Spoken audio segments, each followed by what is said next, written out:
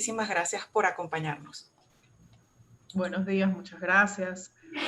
Fátima, Ana, Naki, Carolina, ¿cómo están? Bienvenidas. Gracias. Gracias, gracias. Carolina González, Ana Rodríguez, Naki Soto, 3 historias de permanencia, reedificación, reinvención. Cada una guarda un relato de vulneración de sus derechos humanos, en algunos casos agresiones físicas, psicológicas, en otros la impunidad. Algunas incluso pues tienen, en realidad todas sus historias han sido registradas por los medios de comunicación, las pueden buscar, son relatos de los tiempos que vivimos. Pero también cada una guarda el proceso del alivio, de la sanación, de seguir, de apartar los escombros y construir con ellos, y también a pesar de ellos. Antes de presentar a cada una, me voy a permitir leer un poema de Inge Müller, escritora alemana que vivió durante la Segunda Guerra Mundial, recogió escombros en Berlín, pero también vio a sus padres morir tapiados después de un bombardeo. Inge, como ellas 3, se quedó en su oficio, permaneció en su oficio y desde allí hizo el trabajo. Este poema que me gustaría leerles hoy, porque bueno, la poesía nos salvará a todos, se llama Frente al emperador, todos eran tontos. Frente a Hitler, todos eran mudos. Si uno les pregunta, ¿y hoy? La bomba es para todo el mundo. Fabricamos bombas y giramos la gran rueda. ¿Para quién? Pregunto. ¿Y hoy? ¿Quién es el cazador y quién la presa? En este panel, por supuesto, ni tontas ni mudas. Entonces, voy a presentar primero a Carolina, que será nuestra primera panelista que contará su historia. Carolina es periodista, ha trabajado en el Aragüeño, en el Ateneo de Maracay, en el Departamento de Cultura de la Universidad Central de Venezuela, Núcleo Maracay. Fue corresponsal del Carabobeño en el estado de Aragua durante 4 años y en 2001, ya en Valencia, asumió otros cargos de edición, de jefatura de información y posteriormente la jefatura de redacción desde el año 2008 hasta ahora.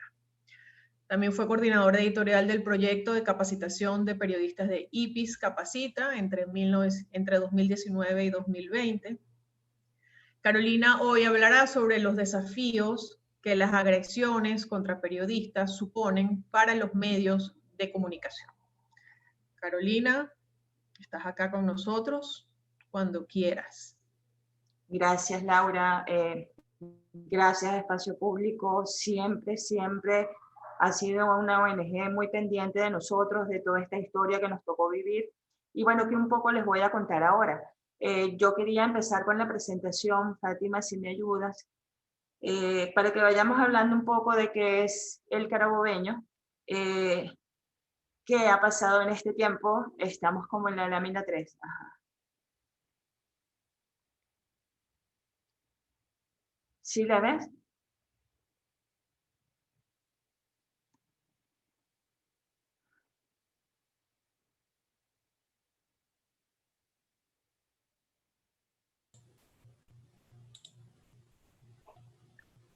Ok, bueno, les voy un poco comentando sobre, bueno, el tema que nos ocupa hoy aquí, que tiene mucho que ver con lo que tú comentabas, Laura, de cómo hemos enfrentado toda la violencia que se traduce de distintas maneras, porque en el Carabobeño pues hemos tenido violencia física, violencia contra nuestra sede, hemos tenido por supuesto periodistas agredidos, parte de esa violencia física, y también hemos tenido esa otra parte de la censura terrible que, bueno, a nosotros nos atacó de frente, sin cortapista.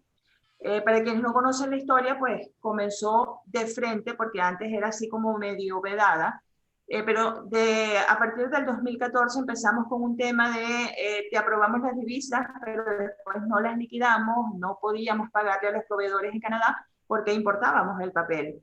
Al quedar con deuda y toda esa complicación, pues se vino dando una situación que les voy a ir graficando poco a poco y que culminó el 17 de marzo del 2016. El complejo editorial Alfredo Meneiro decidió no vendernos más papel y después de 82 años, pues tuvimos que dejar de circular. De verdad que nos costó mucho asumir una historia como esa, vivirla desde adentro genera impotencia, genera frustración, no comprendes por qué pasan esas cosas, cuál es el derecho a cercenarme a mí la posibilidad de informar y a la gente la posibilidad de ser informada. De verdad que nosotros siempre tuvimos la esperanza de que eso no iba a pasar. Pensábamos que desaparecer un medio con tanto arraigo, con tanto sentido de pertenencia en la gente, con una solidez de 82 años, pues no lo iban a hacer. Pensábamos, bueno, no, quizás no se van a atrever. Detrás de todo esto, pues estuvo siempre la mano del gobernador Francisco Ameliach, que es el artífice directo del cierre del Carabobeño. Sin embargo, pasó. Y salir de ese colapso, porque te sientas como que perdiste el piso, estás como en el aire, no sabes cómo resolver, pues nos costó un buen tiempo, nos costó días, no fueron horas, fueron más bien, bueno, un tiempito largo, porque por una razón, el Carabobeño siempre fue un medio impreso por excelencia, que tenía una página web desde el 2001, pero nuestra fortaleza estaba en el impreso. Así lo veíamos. Tenía una trayectoria, como les dije, en ese momento, en marzo del 2016, 82 años, y nosotros aspirábamos, estábamos convencidos de que así iba a seguir. No era el momento de que el carabobeño tomara la decisión de emigrar a otras plataformas y pues empezar a hacer las cosas distintas, ¿no? Nosotros éramos impresos y punto. En toda la historia del carabobeño, pues como les comentaba, tuvimos muchas agresiones, tuvimos periodistas con perdigonazos, tuvimos periodistas con tobillos hinchados, tuvimos, bueno, yo misma tuve unos perdigones en la cara que aún me pasan facturas, sobre todo en el ojo, ¿no? Pero bueno, esas son cosas habituales que nosotros acostumbramos a enfrentar en esta profesión. Bueno, un poco lo que les contaba, este es el carabobeño, él hoy tiene ya 87 años de historia, aún está, como ustedes lo ven, imponente en su sede de Naguanagua, luchando, estamos bregando de verdad. Hubo un tiempo en que estuvo así, si me puedes pasar la otra diapositiva, estuvimos dando la batalla tratando de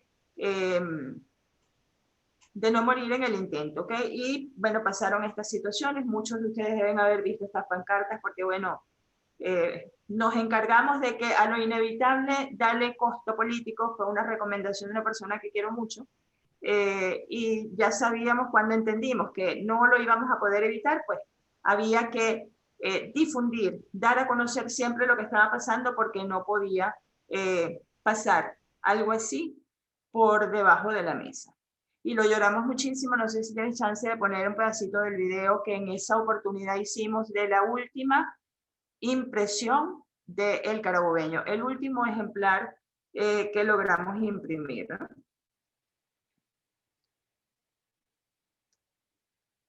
Okay. Si tenemos dificultades, pues yo siento. Yo quería contarles una anécdota porque por eso les insistía mucho en que El Carabobeño es un medio impreso y siempre lo visualizamos así. Entonces, para nosotros, todo ese tema del Internet, de la convergencia, de todas esas cosas, pues, no era como que la prioridad, ¿ok?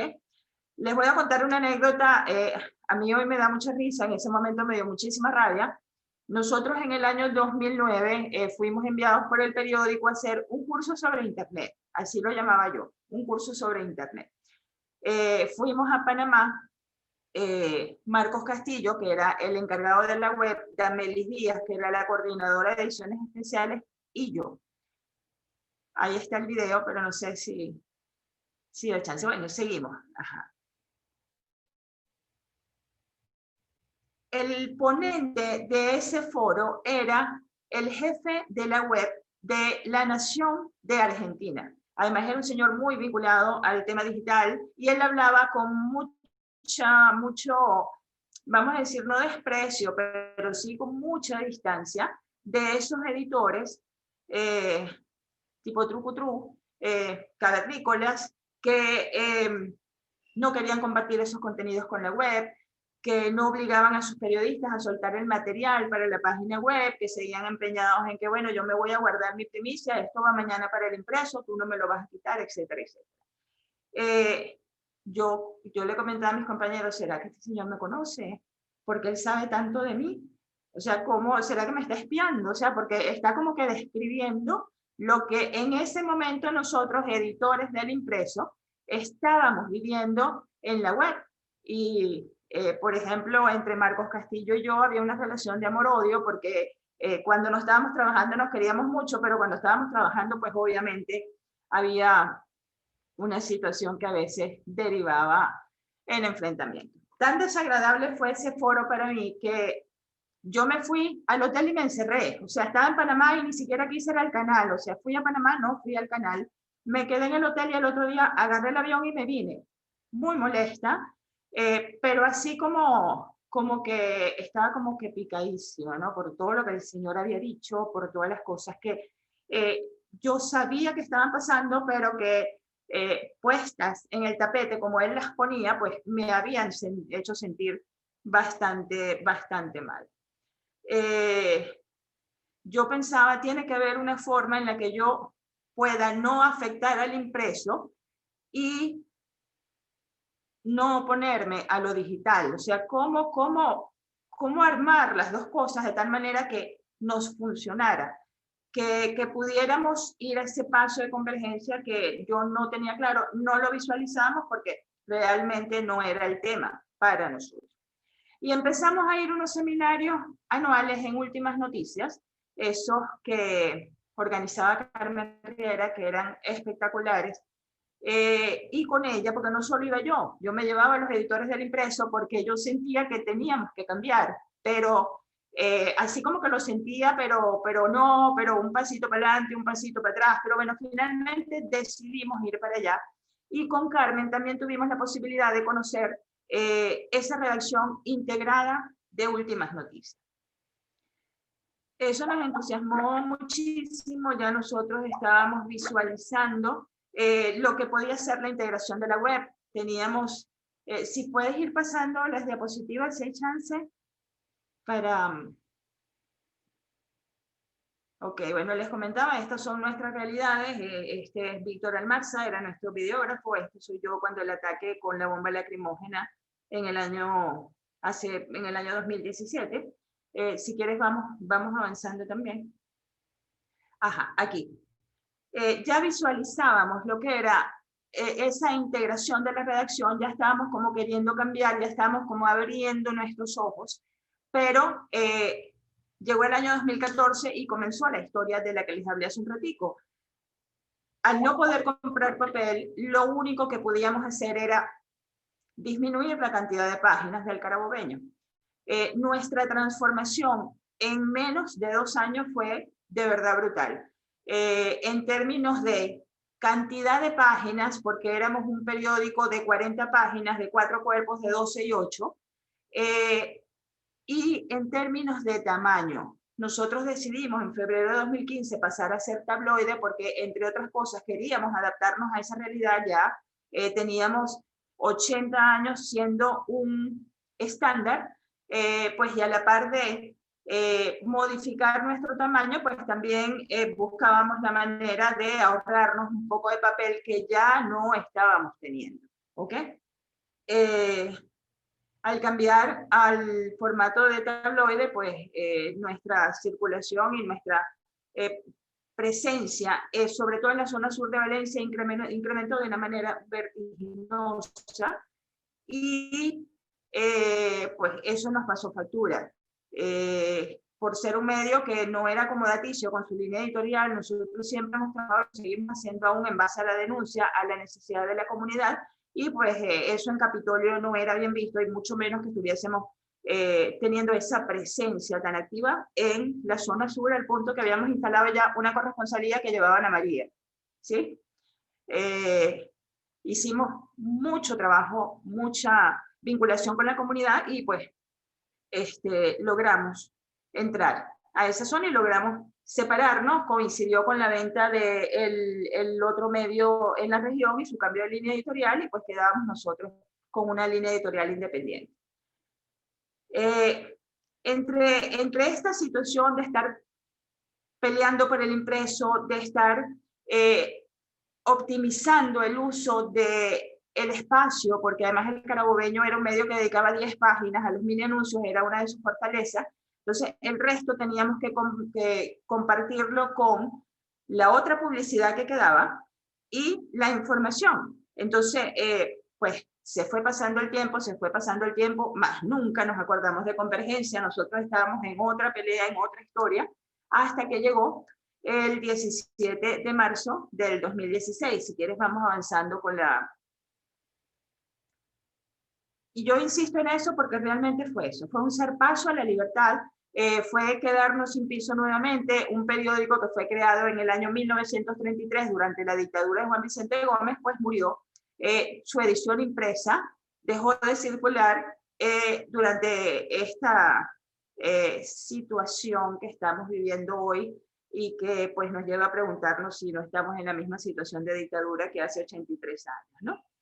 Nuevamente, pues nosotros nos quedamos mirando lejos. Otra vez estábamos sin piso. ¿Qué hacemos ahora? Porque realmente solo nos quedaba la web y teníamos que tomar decisiones. ¿Qué voy a hacer con mis trabajos de investigación, con mis temas de agenda propia? Si la gente en internet lo que quiere es el ya, el rapidito, vamos a informarnos. Pues esa visión que teníamos en ese momento de lo que nosotros podíamos hacer en el mundo digital. Ya nosotros habíamos venido dando algunos pasos. Si quieres, vamos a la otra diapositiva. El Carabobeño, vista esta situación de pérdida de su edición impresa, pues había ido buscando alternativas, y en la radio conseguimos una. Y tuvimos el Carabobeño Radio por un buen tiempo, con programas de todo tipo, y un noticiero que, bueno, de verdad era una cosa bien, bien bonita, porque le hacíamos con un cariño enorme y porque veíamos ahí las posibilidades de ir confrontando toda esa censura que nos tenía agobiados en ese momento, ¿no? Lamentablemente, pues la radio duró muy poco después que se cierra la edición impresa, que era el fuerte de nuestros ingresos, y en ese interín muchos periodistas se fueron. Yo digo que si yo quisiera hacer una corresponsalía del Carabobeño en Latinoamérica, la puedo hacer perfecto, porque tengo periodistas que trabajaron con nosotros en todos los países, en todos. Pero bueno, teníamos que seguir trabajando, buscamos la vía de hacer los videos como este que de repente en un ratico lo podemos ver, y que hicimos con el cierre de la edición impresa, y empezamos a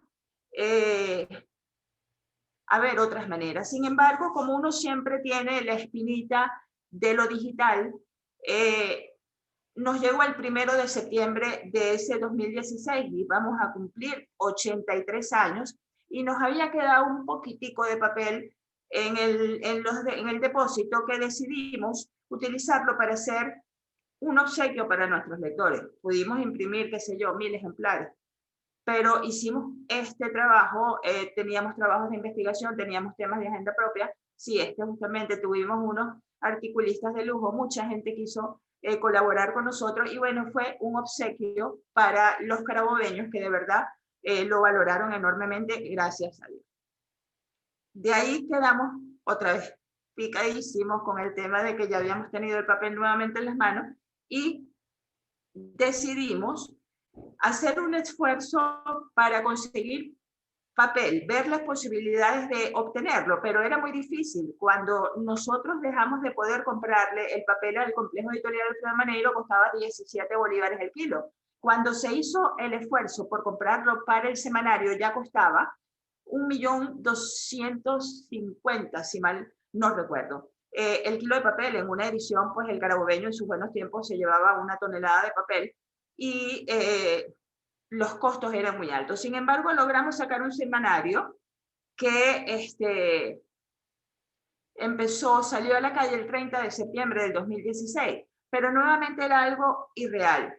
La Verdad Impresa, que fue como llamamos nuestro seminario, tuvo 20 ediciones hasta el 10 de febrero del 2017. Ahí definitivamente no podíamos comprar más papel. Los costos de producción comprando el papel en el mercado negro son impagables. O sea, no hay forma de sostenerlos. Y pues nada, tuvimos que entender que no hay papel. O sea, no podemos seguir mirando nuestro futuro en función de un impreso que difícilmente íbamos a poder lograr. Lo que nos sentamos a analizar, bueno, ¿y ahora qué vamos a hacer? Porque monetizar una página web, aunque la de nosotros ya para ese entonces tenía 16 años, pues no es fácil. La gente que sabía de la web ya no estaba en el periódico y pues nada, tuvimos que enfocarnos. De esa cantidad de personas, nosotros llegamos a tener 60 periodistas entre la sede central y las corresponsalías, 5 corresponsalías, hoy no queda ninguna, y la sede central pues está bastante solita. De esos 60 periodistas quedamos 5 actualizando una página web en la que estábamos convencidos que debíamos seguir, porque era la única forma de seguir informando, de seguir aprovechando un medio que se resistía a morir, porque el carabobeño es un batallador. El carabobeño se resiste a morir, no le ha huido a la censura, de hecho la está enfrentando y bueno, creo que lo hemos demostrado con fuerza. Pues.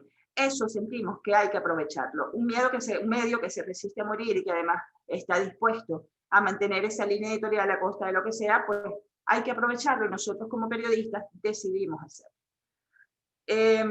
Si quieres pasamos la otra diapositiva. Ok, este fue nuestro semanario, fue nuestra primera edición y llegamos acá.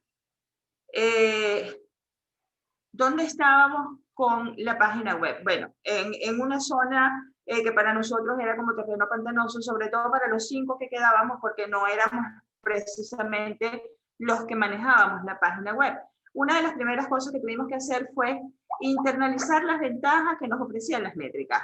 O sea, para mí, hablar del Analytics, del Google Analytics, era una cosa que estaba bastante lejana, pues ni pendiente. Hoy el Analytics es uno de mis nuevos mejores amigos y nos vamos entendiendo también que él me hizo ver, por ejemplo, que la cantidad de personas que se informan a través del portal duplica, triplica la cantidad de personas que se informaban a través del impreso. ¿Ok? Yo decía, de verdad, o sea, me está viendo más gente. Si el carabobeño era un medio que circulaba profusamente, pues y ahora estamos en esta circunstancia. Oye, la censura no funcionó, seguimos informando y vamos a aprovechar todas estas ventajas que les estoy diciendo. Y fíjense que hasta ese momento yo siempre sigo hablando del impreso, porque además estoy comparando las visitas de ahorita con la circulación del impreso, no siquiera lo estoy haciendo con las visitas de la web de épocas anteriores, pero bueno, finalmente sigue siendo la experiencia de una editora trucutuniana, tipo cavernícola, como me describía el editor de web de La Nación de Argentina. ¿Ok?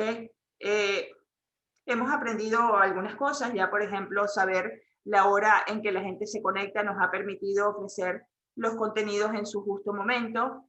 Ya no publicamos, por ejemplo, un tema de agenda propia, que lo vemos atractivo e interesante a las 3 de la tarde, nos esperamos un poquito más y conseguimos más visitas.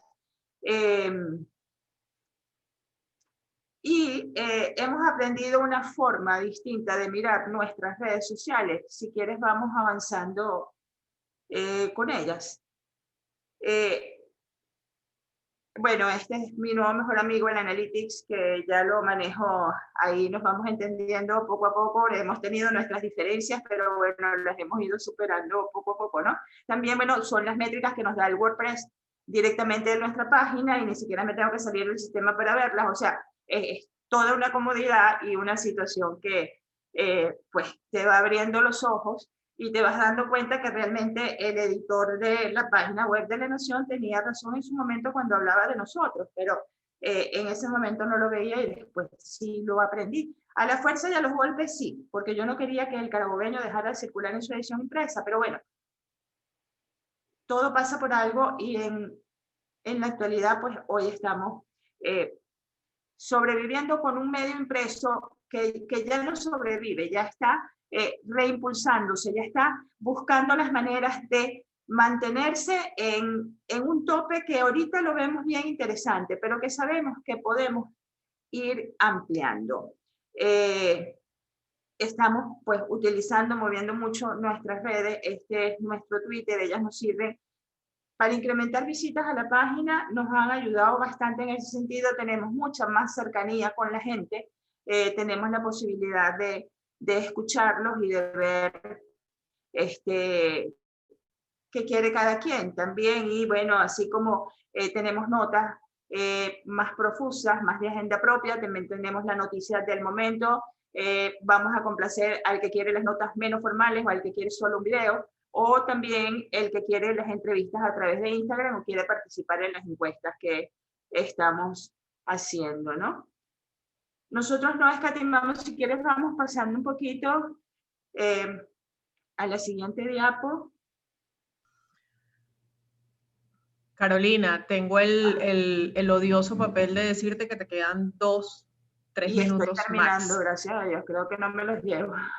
Chévere. Ajá, buenísimo. si podemos pasar la otra. Ok, estamos en Facebook, vamos al Instagram, ahí hemos estado haciendo un esfuerzo importante, entendiendo la red social como muy valiosa para todo lo que queremos hacer. Y bueno, si quieres pasa un momentico, hemos dado prioridad al tema de los videos, hemos comprobado que a la gente le encantan un video que en cuestión de horas llegó a 54.000 reproducciones en cuestión de horas, porque la tomé ya como 2-3 horas después de publicada. Y también empezamos con unos live que hacemos los lunes y los jueves y que nos han permitido acercarnos muchísimo a la gente. Está en la próxima diapositiva. Bueno, también hemos buscado la manera de hacer gráficos interactivos a través de nuestra página con información que es muy sensible, sobre todo en Carabobo, donde la claridad, bueno, como en todo el país, pero aquí no coinciden para nadita las cifras, porque cuando tú tienes un gobierno nacional que te dice que hay 3 muertos en el día, pero en Carabobo un solo municipio ya lleva 50, o sea, la situación queda como en evidencia y un poco eso es lo que hacemos con estos gráficos. Ok, pasamos a la siguiente. Tenemos, como les comentaba, los live, unos live que hacemos lunes y jueves y donde la gente de verdad se involucra mucho con nosotros, comparte, da su opinión, pregunta, sugiere entrevistados y eso nos ha hecho sentir una satisfacción tremenda porque de verdad hemos visto lo sabroso que es informar, ya lo sabemos, por eso estamos aquí, porque es una cosa que no dejaríamos de hacer. Para eso somos periodistas y de verdad sigue fluyendo toda esa emoción y toda esa satisfacción que da el poder informar. Pero vincularnos con la gente pues ha sido esa fortaleza. Yo de verdad no estoy aquí para darles una clase magistral de cómo potenciar un portal ni cómo optimizar el uso de las redes, porque de verdad yo sigo aprendiendo y todavía me falta mucho. Estoy para contarles de una manera muy sincera, y he sido muy sincera desde el principio, sobre lo que ha sido nuestra experiencia, más la mía, acompañada de ciertos periodistas, algunos son millennials, pero bueno, hemos dado avances, y de esa tragedia que vivimos con la pérdida del impreso, pues hoy estamos en este proyecto y en este proceso de reinventarnos desde distintas áreas que tienen en lo digital su mayor fortaleza, que es también la nuestra hoy en día. Así que bueno, muchísimas gracias por escucharme.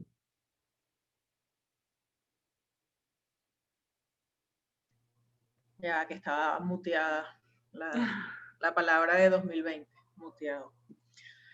Muchísimas gracias a Carolina. Ya yo he ido ahí tomando nota de algunas inquietudes, unas preguntas que tengo. Ahora vamos a escuchar a Ana Rodríguez. Ana es comunicadora social con especialización en periodismo digital y una maestría en relaciones internacionales. Ha trabajado para medios regionales, nacionales, como BPI, Venevisión, El Carabobeño, el Departamento de Medios de la Arquidiócesis de Valencia, en 90.9 FM, y actualmente es corresponsal para Telemundo 51. Ana, pues, fue víctima de la violencia en su tarea de buscar la información. Esto fue en la llegada de Juan Guaidó a Maiquetía, uno de los casos que al menos recuerdo. Pues esto la ha llevado a pensar más allá de la denuncia y a indagar junto con sus colegas alternativas de protección para continuar con la labor. Hoy Ana va a hablar sobre cuáles son las motivaciones de los periodistas para continuar informando en este contexto y a pesar de este contexto. Bueno, hola, gracias por la invitación y por pensar siempre pues en que estos espacios ayudan a no solo encontrarnos, sino también a reflexionar de lo que podemos hacer frente a un escenario tan complicado como este y que, pues como lo narraba Carolina, no es de ayer, viene desde hace años arrastrando, y creo que pues yo vengo del Carabobeño, mis raíces son del Carabobeño, y creo que, como lo decía Carolina, esa ideal de lucha y resistencia que pues a veces muchos me dicen, viene sembrado por el carabobeño. Yo antes de graduarme ya estaba en el Carabobeño y empecé a ejercer, y pues fue bastante difícil, bastante complejo.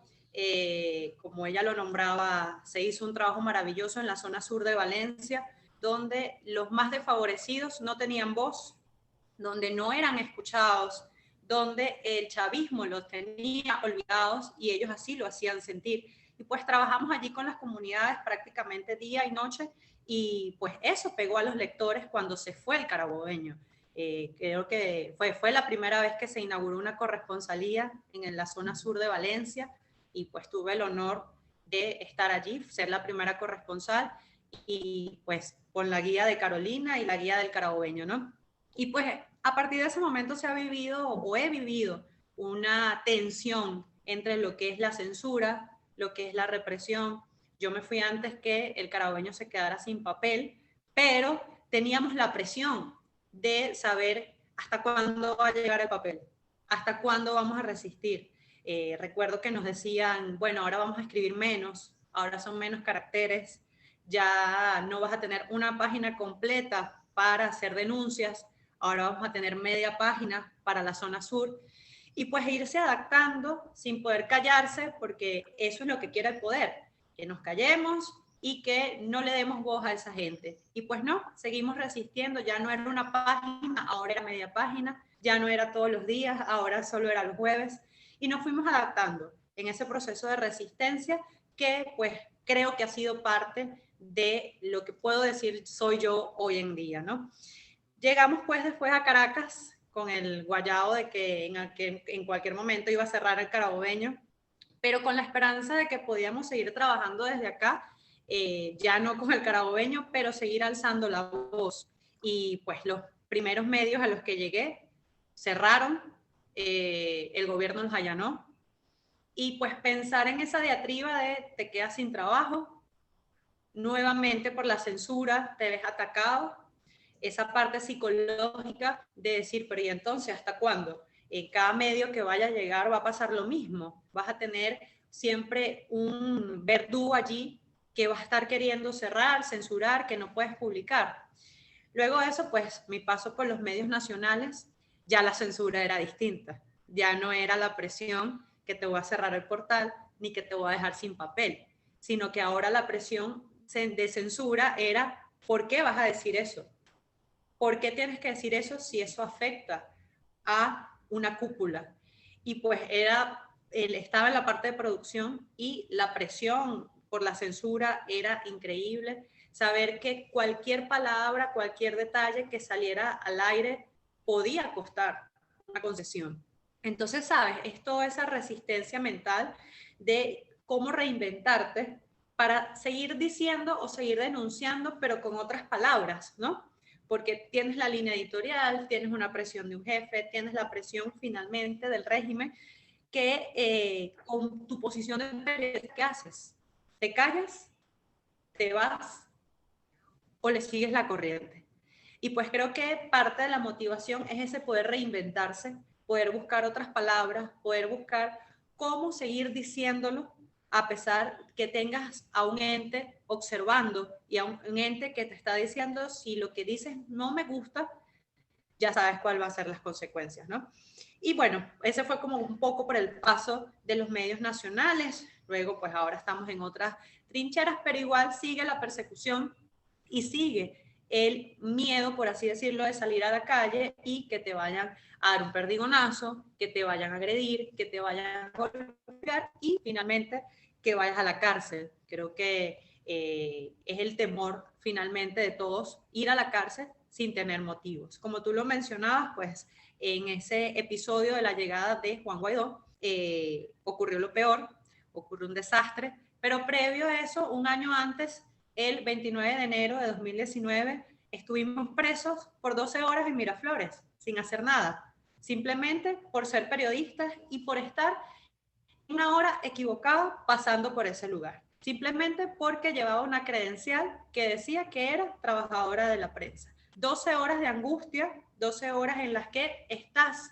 bajo el mando de los represores, 12 horas en las que te dicen cosas infundadas, y por eso creo que el primer punto que debemos resaltar es que todos los comunicadores debemos estar claros de lo que es el debido proceso, de lo que es la legalidad y lo que es el marco constitucional de nuestro país, que aunque nos digan, quizás eso no te va a servir de nada, sí sirve para ir soportando y para ir resistiendo. ¿Por qué les digo esto? Porque el momento de la aprehensión, nosotros fuimos capaces de afrontar al poder y decirles, ya va, esto no está bien, tú no estás respetando el debido proceso, si tú me estás deteniendo, porque la explicación que ellos daban es que estábamos en una zona de seguridad y por ende Casa Militar y la Guardia de Honor Presidencial tenía derecho a detenernos, porque no es retenernos, sino detenernos, inmediatamente yo alcé la voz y les dije, ya va, pero tú no estás cumpliendo con el debido proceso, ¿por qué tú me detienes? ¿Cuáles son las pruebas? Yo no estoy infraganti, no estoy haciendo nada. Y empezaron pues eso a dar escosor en los que estaban en ese momento. Yo creo que la primera reflexión importante es esa, saber cuáles son nuestros derechos como periodistas y como ciudadanos venezolanos. No me estás permitiendo comunicarme con nadie, no me estás permitiendo avisarle a mi abogado y cuáles son los motivos de esta detención que a todas luces es arbitraria, porque no estoy haciendo nada. Entonces creo que lo principal para todo periodista es saber el orden y el marco constitucional. Finalmente, ese día se nos hace firmar un acta, por así decirlo, después de 12 horas, donde ellos rápidamente imprimieron una hoja que decía que se había respetado el debido proceso. Es decir, ellos estaban claros que lo que estaban haciendo no estaba bien. Y la hoja decía que ellos habían cumplido con el Código Orgánico y con la Constitución. A lo que nosotros dijimos, no es así, y dejamos una nota con un asterisco de puño y letra que decía, nada de esto se cumplió. Porque aunque la rebeldía a veces pudiese costarnos caros, es necesario decirlo, porque no se cumplió el debido proceso. Luego, pues, pasamos a esta situación que narraba Laura con la llegada de Juan Guaidó, donde todos ustedes pudieron ver el desastre, donde fuimos golpeados, donde fuimos amenazados, instigados. O sea, hubo varias fases de los procesos de agresión en ese día, en un solo día. Vivimos instigaciones, amenazas y finalmente la fuerza física que se aplicó contra nosotros y que ustedes vieron el resultado, al menos 8 periodistas heridos, al menos 3 o 4 estuvieron en clínicas por la lesión y por los golpes, y luego de eso al menos 2 estuvieron, o 3 estuvieron más de 15 días con un collarín. Además de eso, al menos 2 tuvieron que asistir a terapia psicológica. Entonces vemos, ustedes dirán, ¿y cuál es la motivación motivación. ¿Por qué seguir si se está llegando a un punto en que la vida se está arriesgando? Pues la motivación es seguir luchando por la democracia y por la libertad. Que sea difícil, sí, pero tenemos que reinventarnos. Y yo creo que, bueno, Naki hablará del caso de Luis Carlos y de cómo se cerciora o cómo se aprieta el hecho de tuitear, por ejemplo, de decir algo. Y yo creo que es entonces en ese momento que tenemos que dar la vuelta, y hago referencia, como les indicaba, mi paso por los medios nacionales, de cómo intentar saltar la censura a través de las palabras y de cómo lo decimos. Creo que eso es uno de los puntos claves, tratar de ver cómo lo decimos, porque al final la inteligencia se tiene que poner por encima de todas estas acciones, porque no vamos a salir con la fuerza, porque no lo podemos hacer porque somos periodistas, pero tenemos la capacidad a través de la comunicación de reinventarnos y dar a conocer otras palabras. Por ejemplo, desde enero hasta la fecha de este año se han reportado 59 detenciones arbitrarias, según lo reporta el Colegio Nacional de Periodistas. 59 detenciones. Y esto sin contar a los colegas que dan miedo denunciar, porque nos han llegado reportes de colegas que no quieren que se sumen a las estadísticas, por miedo, porque viven en las regiones, porque el poder es más subyugador en las regiones. Pero tenemos esa cuenta. Y 309 agresiones desde enero hasta este año. Imagínense ustedes, 309 agresiones, contando físicas, psicológicas, amenazas, contando todo lo que supone la agresión. Y pues esto, como lo resaltaba también Laura, nos llevó a reflexionar en los primeros meses del año. ¿Qué estamos haciendo para evitar que nos sigan pisando o que nos sigan tratando de esta manera? ¿Qué vamos a hacer como gremio? ¿Vamos a seguir permitiendo censura? ¿Vamos a seguir permitiendo el maltrato? ¿Vamos a seguir permitiendo que seamos nosotros los que estemos en la primera línea y que recibamos toda la agresión? ¿Lo vamos a seguir permitiendo? Y pues conversando, incluso con Espacio Público, con el sindicato, con el colegio, decidimos que era hora de reunirnos todos los colegas, o al menos los que quisieran y estuviesen siempre activos en la calle, y escucharnos. ¿Qué íbamos a hacer? ¿Lo vamos a seguir permitiendo? ¿Cómo nos sentíamos? Porque a pesar de que todos los días dábamos la cara, la parte psicológica estaba sumamente afectada. En esos primeros meses del año hubo colegas que no dormían en su casa por temor a que los perseguir. Entonces nos reunimos con apoyo de Espacio Público y de otras organizaciones y empezamos a escuchar qué podíamos hacer. Tuvimos sesiones psicológicas y cuando nos dimos cuenta la afectación del gremio era terrible, era muy, muy grande. Había colegas que no podían ni siquiera dormir, había colegas que tenían pesadillas, había colegas que no querían volver a la calle por bastante tiempo. Había colegas que sentían que lo estaban siguiendo en sus carros.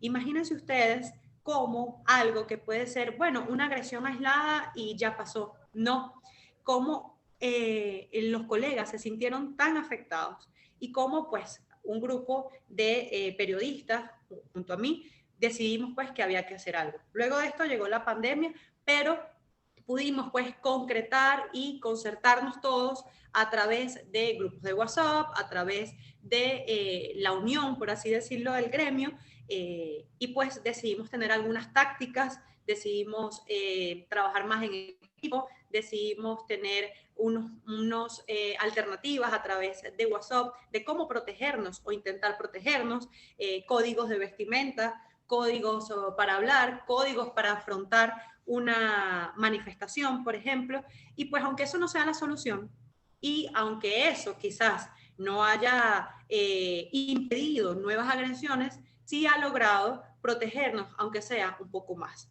Protegernos no solamente físicamente, sino psicológicamente. Entonces vamos al segundo punto, lo importante de conocer la legislación venezolana y lo importante de estar agrupados como gremio. Porque si estamos aislados, yo creo que, pues no sé, esto no sé cómo sonará, pero creo que ya la época o de correr primero, de llegar primero, de tener la noticia primero, en este momento, en este país, no nos va a resultar. Porque ha terminado ¿cómo? Con las detenciones, con las agresiones, con las desapariciones de equipos de prensa que no sabemos dónde están porque ni siquiera le avisaron al grupo para dónde iban solo por tener una exclusiva.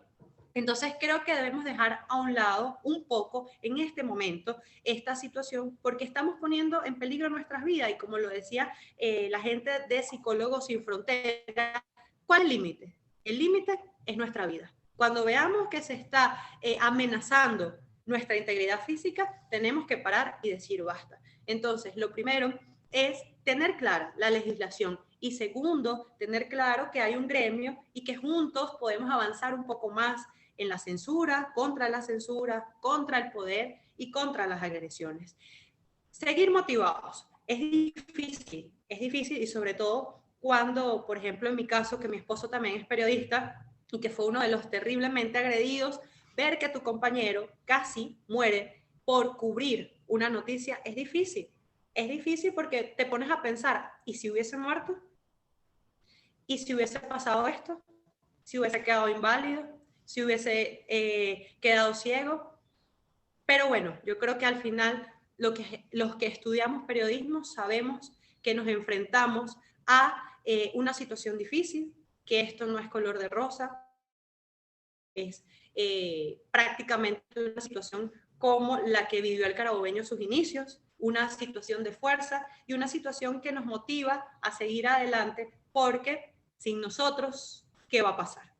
Sin nosotros, ¿quién va a estar informado? Aunque es muy bien cierto que en la mayoría de los lugares recónditos ni siquiera llega la información, pero con lo poco que podamos hacer, cada quien desde su espacio y cada quien desde su trinchera, yo creo que es lo mejor que podemos seguir haciendo. A los estudiantes de comunicación social es importante en este momento más que nunca estar claros a qué nos enfrentamos.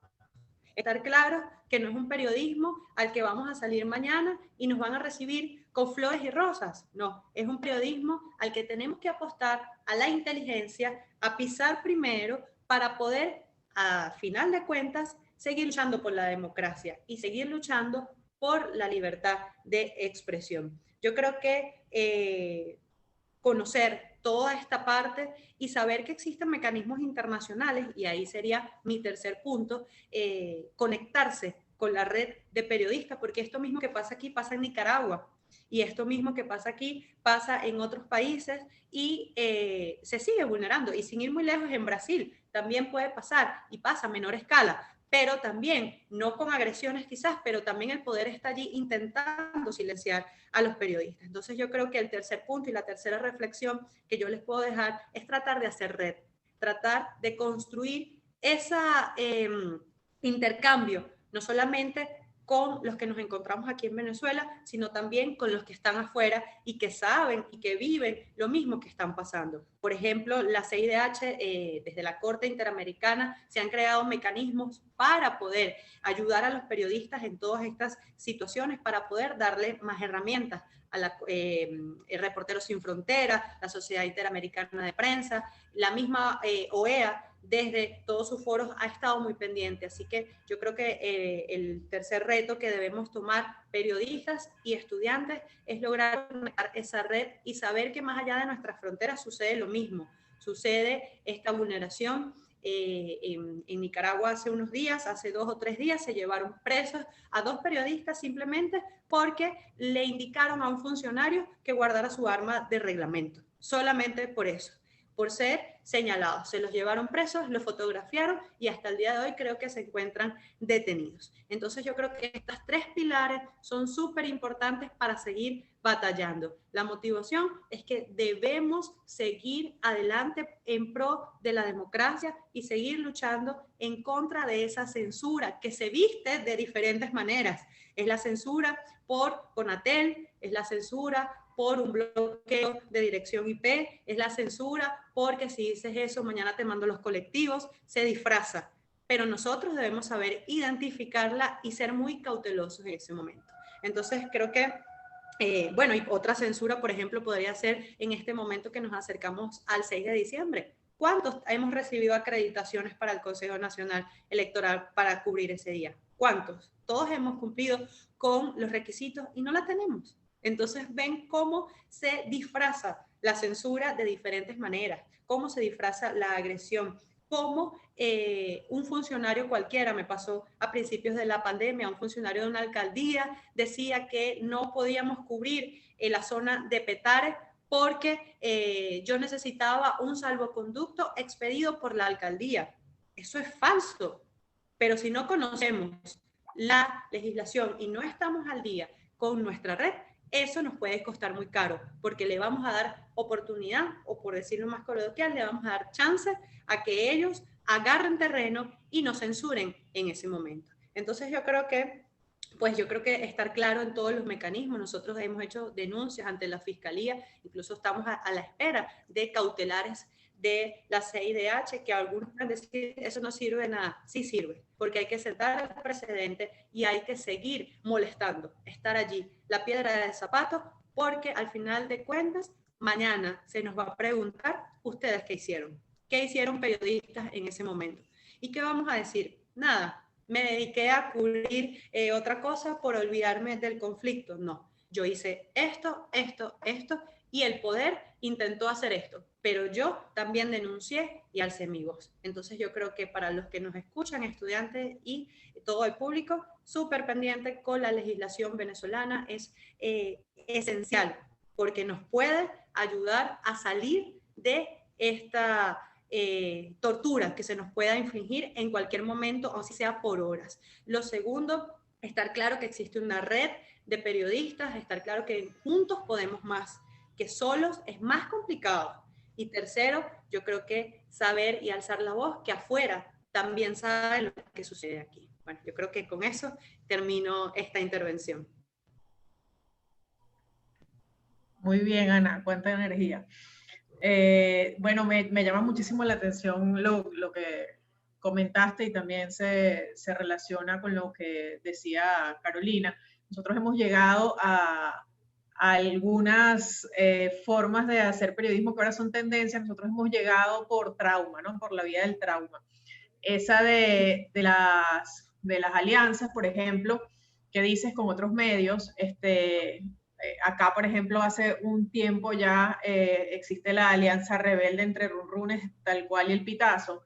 Y como lo decías antes, el tema de, bueno, del tubazo, que era prácticamente el alimento de las salas de redacción, ese deseo por aventajar a la competencia, pues acá ha sido en algunos casos y en algunos medios pues sustituida justamente por esa alianza, y es una alianza también de protección, es una alianza para trabajar juntos, porque así estamos más protegidos si trabajamos en red.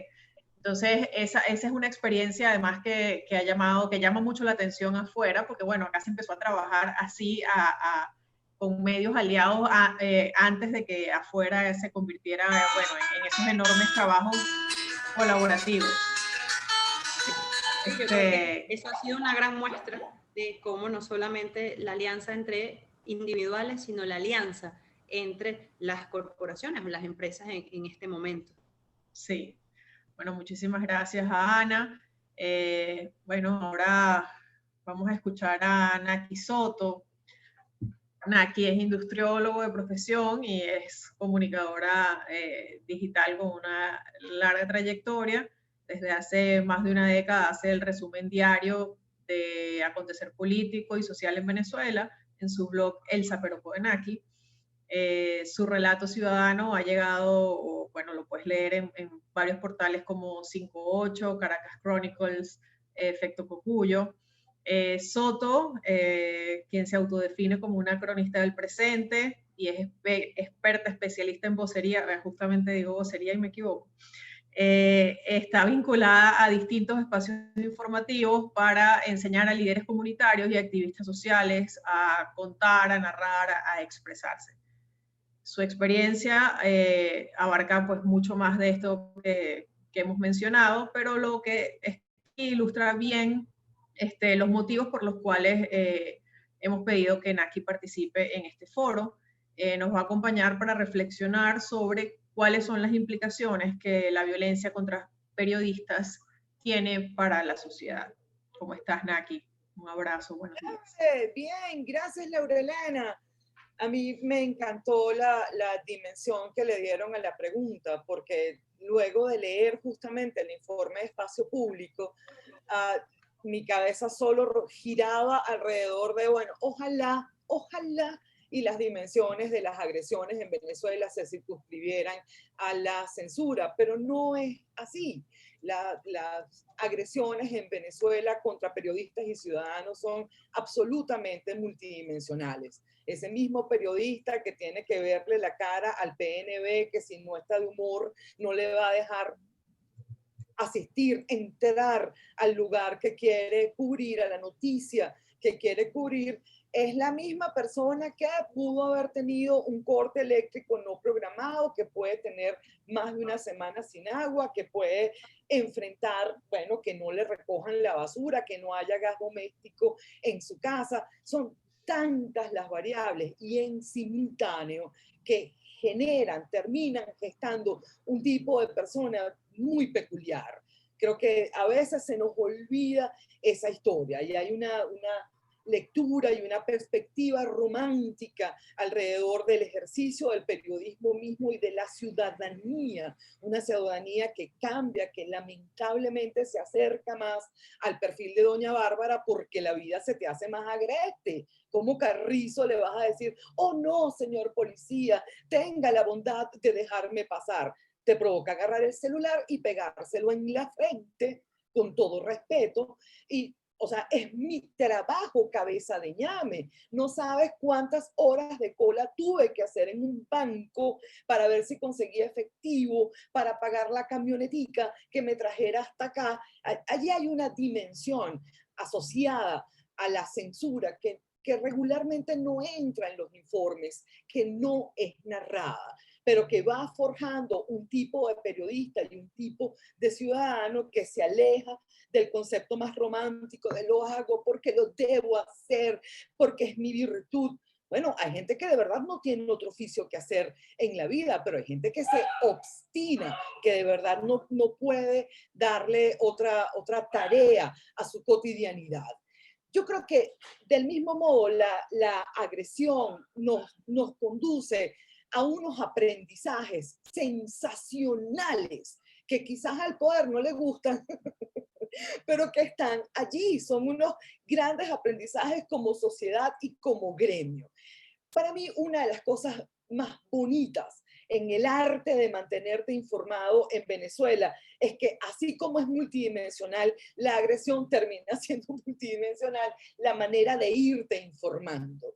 La gente, bueno, ya no tiene la opción de comprarse el carabobeño, bendito sea Dios, de hacer reflejo de lo que va pasando de su vida en un medio que te ha acompañado la vida toda. Ya no es así la cosa, pero tiene algún familiar que se supone recibe la cosa primero o al menos la procesa y se la envía por WhatsApp y dice, no sabes lo que sale del sur en el carabobeño. Tú puedes creer que en la casa de fulano, el de los palotes, y transforma la información en un lenguaje que sea asumido por su familia, que pueda ser transmitido por sus amigos, que se acerca a su cotidianidad. Hay una manera de decirlo los periodistas y una manera de decirlo los ciudadanos. Y en esa forma de ir construyendo en conjunto lo que dice el medio, lo que dice el propio periodista en sus redes sociales, lo que pienso yo de esa noticia, lo que reacciona mi amigo, mi mamá,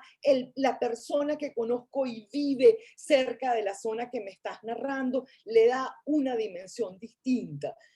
Te olvidas de la domesticación de las grandes firmas que opinan alrededor de tal tema y terminas construyendo una noticia mucho más nutrida, más papeada, por decirlo de alguna manera, porque te llega por rutas muy diversas. Yo sé que es complicadísimo imaginarte el país al que llegamos, un país sin prensa.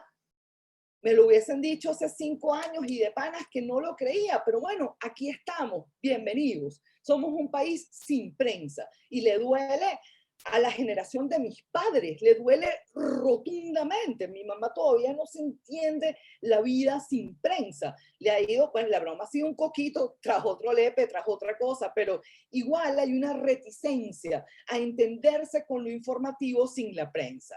Hay un rastro de esos boomers que terminaron montándose en la ola de, bueno, mija, búscame un teléfono inteligente.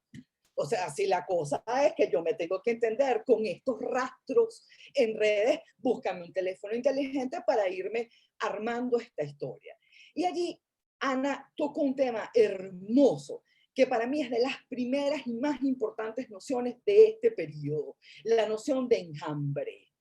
Así como se entiende enjambre el periodista, se entiende enjambre el ciudadano. La gente no va, tú sabes, con un banderín adelante para llevar tampoco la pletórico, como acaba de ocurrir con enfermeras y maestros, por cierto. Sí, llegan los colectivos, los amedrentan, llega la PNB, empieza a tomarle fotos como para ver quiénes son ustedes, que es también una manera de amedrentarles, y están estas maestras diciéndole, pero a ti te pagan más que a mí. Allí también hay un rastro de valor, de comprensión del momento histórico en el que es imposible que un policía gane más que una maestra, que una enfermera, puede que esté ocurriendo, y sin embargo no tiene los incentivos suficientes para ser un agresor de la dimensión que fue otrora. Allí hay cosas que van cambiando. Me has dado tanta pescosada que mi entendimiento de la pescosada cambió. Entonces, el problema no es cómo me enfrento a ti, el problema es cómo soy más habilidosa para decir lo que quiero decir y estar protegida con los míos, sean ciudadanos, sean periodistas. Para mí hay otra hermosa noción en esta historia, y es que lo ha dicho Espacio Público hasta la saciedad. Los venezolanos tenemos el derecho a acceder a la información pública, aunque esta gente tenga enormes reticencias sobre eso, aunque la ley más reciente aprobada antibloqueo es la adalid de la opacidad de este país, una cosa asombrosa lo que aprobó esta gente. Aunque así sea, hay que seguir insistiendo en la posibilidad de acceder a la información pública. ¿Por qué? Porque es un derecho, punto pelota. Ayer me dio tanta risa, le estaban sacando el jugo al canciller iraní. El tipo salió en el noticiero, en la cuenta Twitter de Nicolás, en la de Jorge Arreaza, se tomó una foto cachete con Delcy, la cosa, el canciller iraní para arriba, para abajo, para ver, ¡ay, qué bello el canciller iraní! Y el cierre de esta historia es, acabamos de acordar unos acuerdos sensacionales, así, acordar acuerdos, lean BTV para que ustedes vean, no estoy mintiendo. Acabamos de acordar unos acuerdos sensacionales en materias estratégicas como la energética, la salud, la educación, los dientes, lo que sea.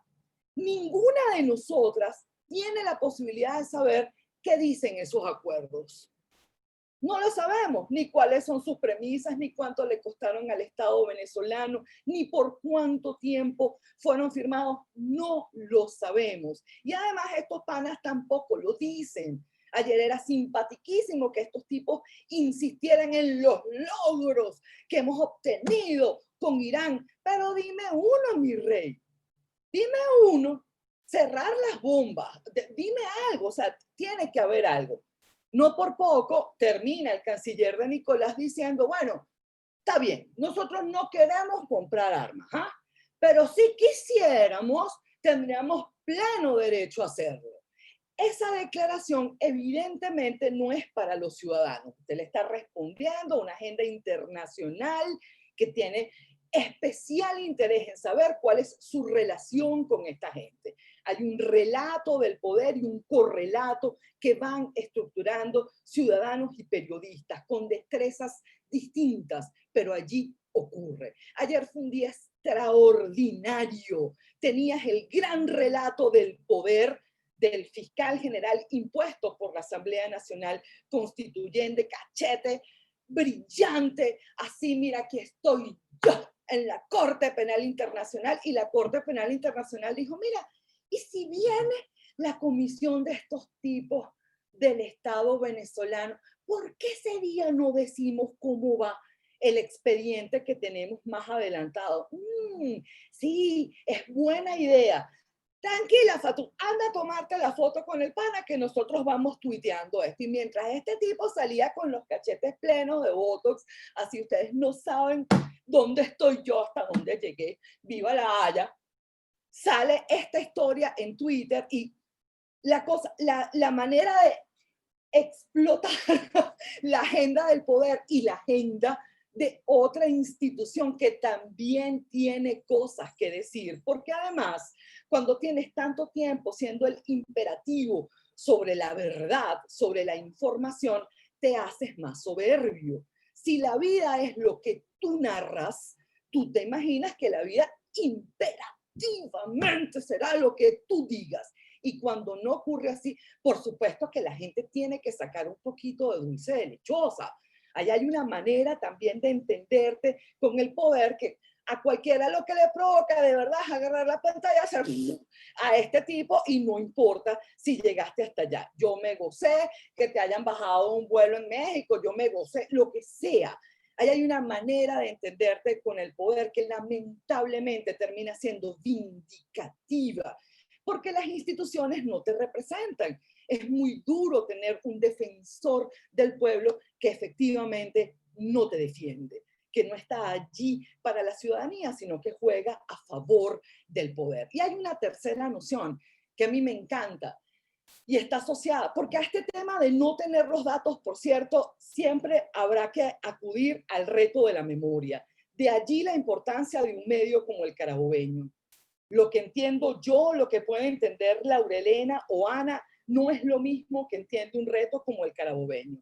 Cuando a ti te dicen, estamos desde Gómez y tal, quizás es un dato que te cuesta asociar con nociones elementales en cuarto grado de primaria, pero de verdad son muchísimos años de datos y de información que no todo el mundo puede acceder. Y tienes que honrar esa información. A mí me dio una risa el día de la frase del "we will come back". Lo explicaron en primera instancia, al menos en mi timeline, lo explicaron dos periodistas de 50 años más o menos. Y conforme la gente se iba acercando al dato, lo asimilaba y se lo enrostraba al próximo que se acercaba. Y era así como, pero dale el crédito a Laurelena, por el amor de un Dios. O sea, qué chévere que ya te aprendiste la historia, qué bueno que ya sabes lo de Rómulo Betancourt y tal. Fantástico. Ahora dale el crédito a quien lo produjo, a quien hizo posible que te aprendieras ese dato. A veces creo se nos olvida. ¿Cómo nos hacemos los ciudadanos más eficientes para mantenernos informados? Para mí hay tres estrategias igualmente bonitas y dóciles, además buenas para construir en el tiempo. El primero para mí es el rally de la información. Lo vivimos todos los días. Ahí, dígame, Laurelena, que es mamá y de dos, Naguará. Entonces, el rally con el colegio, el rally con el edificio, el rally con las tareas del BUTV, quién hizo el papelógrafo, dónde lo van a poner, quién lo va a leer en el carrito propuesto, hay suficiente gasolina, se van a montar en... Todos esos datos terminan siendo un rally de continuidad. No es como la mayoría de los ciudadanos que agarra el teléfono un ratico y se toma lo que tenga, el café, el té, el agua, no importa. Y lee y dice, vamos a ver qué dice el Carabobeño aquí. Ok, bueno, no, perfecto. Y se lee los titulares, porque además hay una gentamentación que lo único que reclama son titulares. Házmelo más breve. O sea, cuéntame. Y de verdad, asistes a un evento como este, pero ¿qué dijo Ana? A mí me dijeron que dijo una cosa de derechos humanos. ¿Qué dijo? Pero, loco, de verdad dijo cosas más interesantes que nos aprendamos nuestros derechos. No, pero rápido. Bueno, hay gente que no lo vive rápido. En ese rally de la información, para mí, de las cosas más lindas que se construyen es la noción de grupo. Y la noción de grupo ocurre por continuidad. Yo creo que una estrategia fundamental, así como las que mencionó Ana, y son realmente importantes, providencialmente importantes. Si tú conoces tus derechos, sabes cómo pelear por ellos. Efectivamente, el EC está privado de hablar de su caso y en alguna medida yo también lo estoy. Yo formo parte de ese expediente. Pero este buen hombre, nosotros acabábamos de hacer la lectura para un folleto, para una presentación de Provea para que la gente conociera sus derechos humanos. Y este pana, desde la detención, me quitaron la bicicleta, me pusieron una funda en la cabeza, tal. Desde ese momento, él iba repasando lo que habíamos leído, lo que conocía. Bueno, esto tiene que ser una desaparición, esto tiene que ser tal broma. Esto, bueno, ya después de la primera pescosada que Carrizo, ya sabes dónde estás, pero hay una manera de ir repasando la información. Quizás no siempre podrás luchar por tu derecho, reclamar ese derecho, pero si lo tienes claro, tienes clara la narración que vendrá después, lo que necesitas que los otros sepan después. Y en esa noción de grupo, a mí me encanta porque hay gente que tiene como perspectivas adelantadas para relacionarse con la información. Nosotras, las 5 que estamos acá, pertenecemos a un segmento muy privilegiado, las hiperinformadas. No todo el mundo en Venezuela puede serlo. Nosotras justamente por eso, por el chat de los chamos, el chat del bus, el chat del periódico, el chat de la broma, de los medios y tal, de los medios internacionales, de la mamá de Tarzán, toda esa historia en común nos hace absolutamente adelantadas al promedio de los venezolanos. Luego, la próxima vez que haya algún tuit agrediéndote, por ejemplo, diciéndote algo desagradable, tú piensas si vas a gastar un tuit en responderle a un cabeza de ñame o vas a invertir ese tuit en que otras personas puedan estar casi tan informadas como tú. Allá hay también una responsabilidad de servirle al otro en nuestras redes. ¿Por qué? Porque ese servicio crea una noción hermosísima, que es la confianza en los que saben. Yo creo que ha sido un proceso bonito, la enorme cantidad de periodistas venezolanos que se volcaron a las redes, que se bajaron, ¿sabes?, de las columnas en las que estaban y se acercaron a las redes con la humildad de, mira, esto no es lo mío, o sea, vamos a ver cómo funciona esto aquí. Y fueron descubriendo estrategias personalísimas, además. ¿Qué hago? Lo comento, pongo la foto, no la pongo. Mientras fueron aprendiendo esas cosas, crearon comunidad a su alrededor. Gente que dijo, bueno, cada vez que Milagro Socorro pone una foto Virgen del Carmen, la historia que está detrás tiene que ser una belleza. Y respetas la pluma, pero también respetas la presencia de la fotografía. Es un preaviso, una manera de decirte, aquí viene algo bien bonito alrededor de esa historia. Y cada quien va creando sus estrategias, pero sin lugar a dudas la gente responde distinto por los periodistas que conoce, por los periodistas con los que interactúa, con los que crea comunidad y los siente propios. No los siente del carabobeño exclusivamente o del Bus TV, los siente suyos. Y como lo siente suyo, reclama, vocea, se suma a sus causas.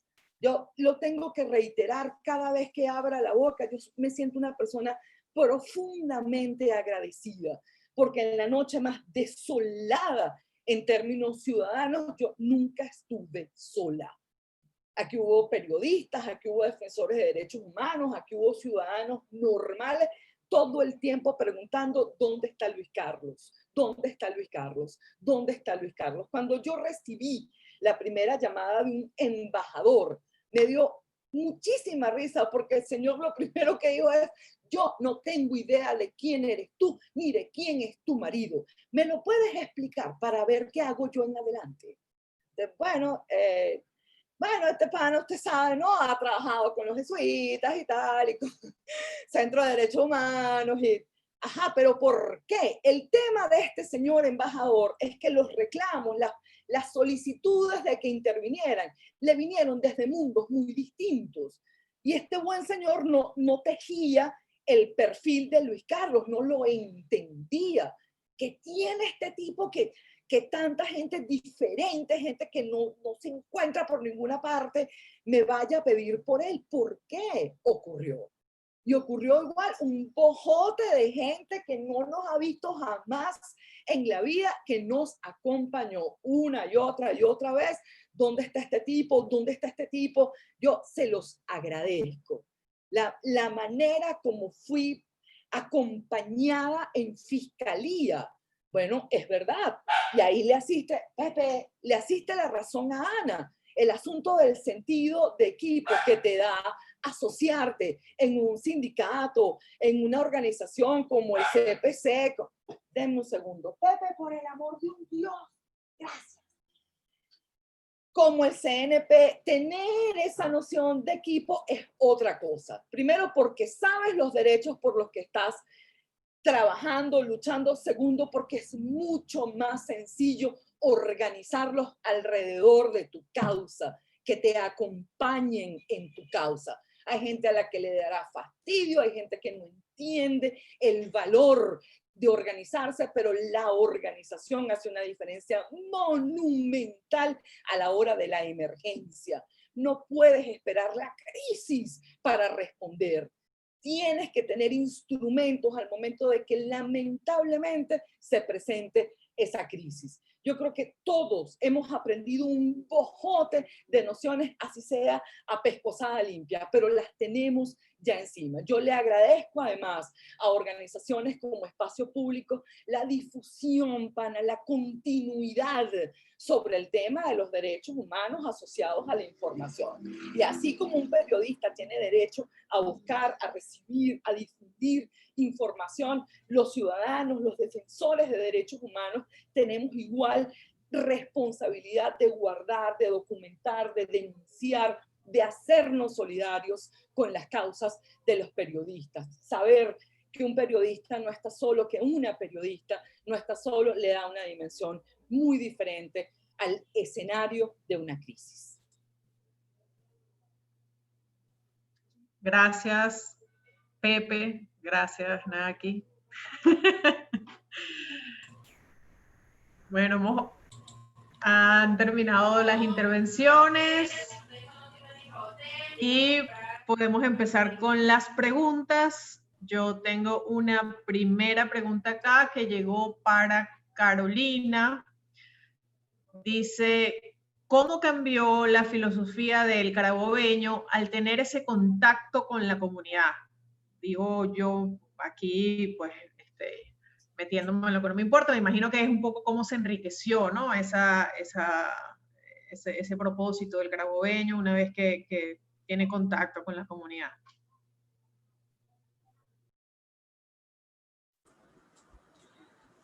Bueno, mira, nuestra misión siempre ha sido esa, estar cercana a la comunidad desde siempre.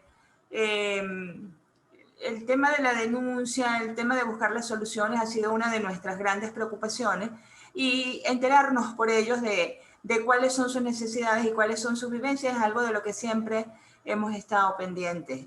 En el tema de, por ejemplo, cuando operó toda esta situación, que fueron 2 años intensos de búsqueda, de lucha, de marchas, de ruedas de prensa, de ir con Espacio Público a la Fiscalía, nuestro queridísimo Osvaldo Cali, que tanto nos ayudó y que, bueno, desde el cielo sigue pendiente de todo lo que ha pasado con los medios, nos dio mucha fortaleza el sentir ese acompañamiento de la comunidad, que bueno, porque en Carabobo pasa algo y es el tema, el sentido de pertenencia de la gente hacia sus medios. Y en el caso del carabobeño eso quedó, pero patente, o sea, no quedó duda de cómo la gente estaba muy mortificada, estaba muy preocupada por todo lo que estaba pasando, además con su medio, con ese defensor siempre de sus derechos, de sus ideales, de sus cosas, ¿no? Que cambiamos, no, yo diría más bien que nos fortalecimos aún más. Hemos logrado establecer ese vínculo que ahora nuevamente pues sale a flote y que estamos tratando de preservar porque es absolutamente necesario. esa vinculación con la comunidad para hacernos un medio humano, para hacernos un medio comprometido y un medio que se va a seguir esforzando, porque de verdad, como les decía hace un rato, cuando hay las posibilidades y hay medios que no se dejan vencer, eso hay que aprovecharlo. Y nosotros los periodistas en el Carabobeño estamos pendientes de eso. Hay que aprovechar que hay un medio que se enfrentó a la censura, que quiere seguir informando y pues para adelante es para allá. Ahí estamos nosotros con él.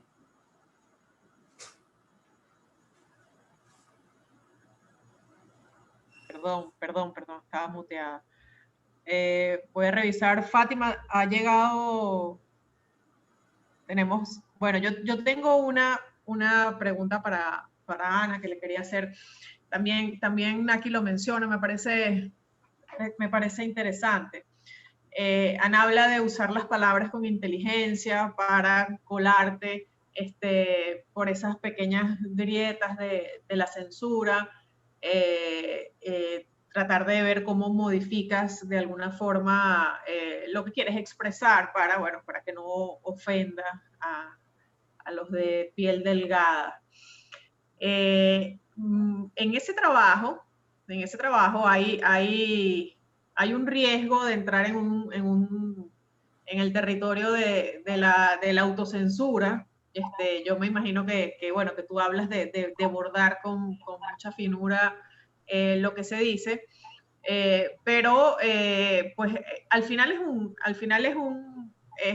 existe el riesgo y bueno, pues habrá que decirlo, pues bueno, sí, nos ha tocado autocensurarnos en algún momento en este contexto, ¿no?